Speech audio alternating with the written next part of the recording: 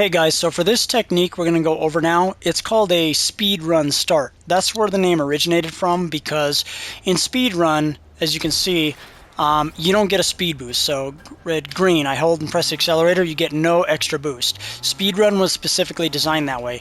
But somebody, and I'm not sure who, they managed to discover a technique that gets you up to speed a little faster than just hitting the accelerator, okay? Which we call a speedrun start. So the trick is you're going to be using your air roll button. You're going to be pressing nose down, which for me is going to be pressing up on my joystick.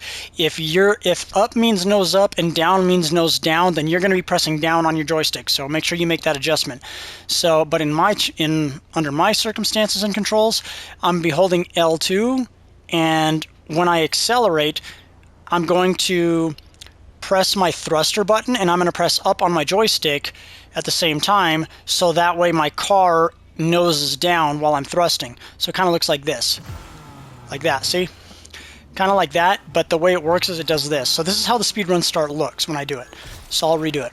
I'll actually do it right here. Like this. See? Just like that. What it does is it gets you up to speed a lot faster. So instead of just starting where you can press and hold your accelerate button now and it gets you moving forward, see, it took me all the way to this edge to get to 500 kph, but when I do my speedrun start, see, I'm already at 500. So it speeds you up, and it's been proven to also work in 3-lap races for ranked. So if nose down means down on your joystick, you're going to have to, right when the light turns green, you can already hold your air roll button. So mine is L2. And when it goes red, red, red, and then green, you can already hold your accelerator down when the lights are starting, okay? Because there's no speed boost here. In ranked, you have to actually not press your accelerator until the green light. So you're going to have to kind of get used to the button inputs, but in the end, you're pressing your air roll button, your thrusters when the race starts, and your accelerator button at the same time. So your jump and accelerate button in ranked are the two buttons you press together at the same time when you're going. But for me, I'm holding up on my joystick and my air roll button beforehand. So when the light turns green, as such, it's going to be accelerated like that. But you got to be careful, because if you hold up an air roll too long, you're just going to flip. So you have to gauge the timing where the moment that you're nosing down, you're not pressing down or up on your joystick anymore. You got to let off and let your joystick center, because then you're going to do like this. Let me see if I can do it. So then you're going to go like this, and you kind of sustain it, okay? So you just got to kind of keep it like that.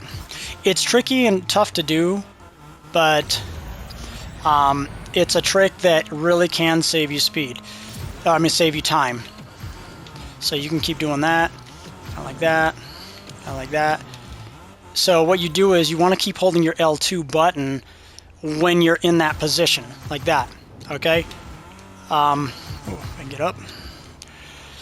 So you just got to kind of get used to the feel of it, okay? When I demonstrate it in ranked, so here I'm going to do one really fast. So I do that, air dodge back down. So once you get up to speed, you're only going to be doing it for like one whole second when you do it, and then you're just going to stop doing your air roll and all that, and you're just going to air dodge back down, and then you can start continuing your drift. Its main purpose is just to get up to speed a lot faster, and it has been proven to work. I have tested multiple speed runs where I used it and didn't use it, and it saves you about at least half a second. Overall, it can save you about a half a second time, if not up to a full second, okay? So that's one demonstration for that, for air roll. Speed start, a speed run start. I'm going to also demonstrate it in the ranked, so you can see it. All right. Well, I'm going to do it in a private race. All right, guys. So I'm going to demonstrate this when it comes to a 3-lap race where you actually get a speed boost. The only difference here is you don't press the accelerator until the green light. Okay, but I'm going to do the speed run start. See that? Like that, and it got me up to speed a little bit.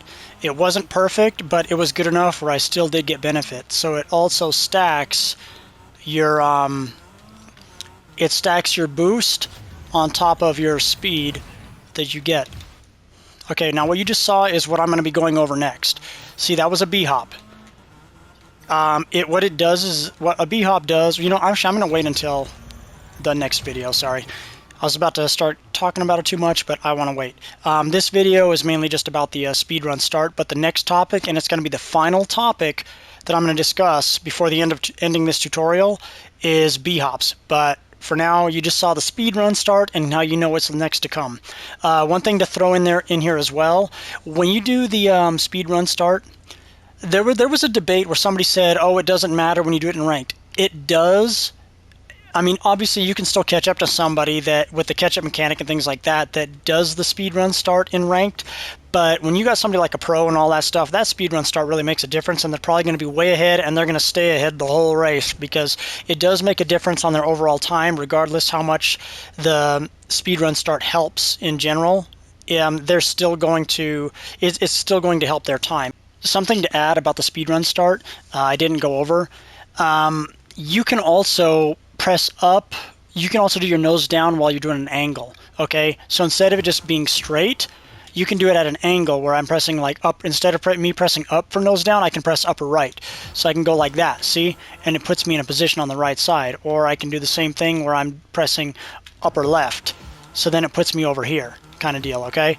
Because in the next topic we're going to go over, which is B-hops, there's going to be some maps where you kind of want to be in a position. I'm not going to talk about B-hops yet, but I'm just going to kind of show you the positioning that's involved with it, okay? But then I'm going to actually go into the B-hop topic next, all right? So as an example, if I'm doing to the right, see, it gets me in a better position, so then that way I can do that, all right? So that is one of the reasons where it can be useful, because there's some parts on maps where they might be a little curvy, a little offset, to where getting up at an angle to be in a certain position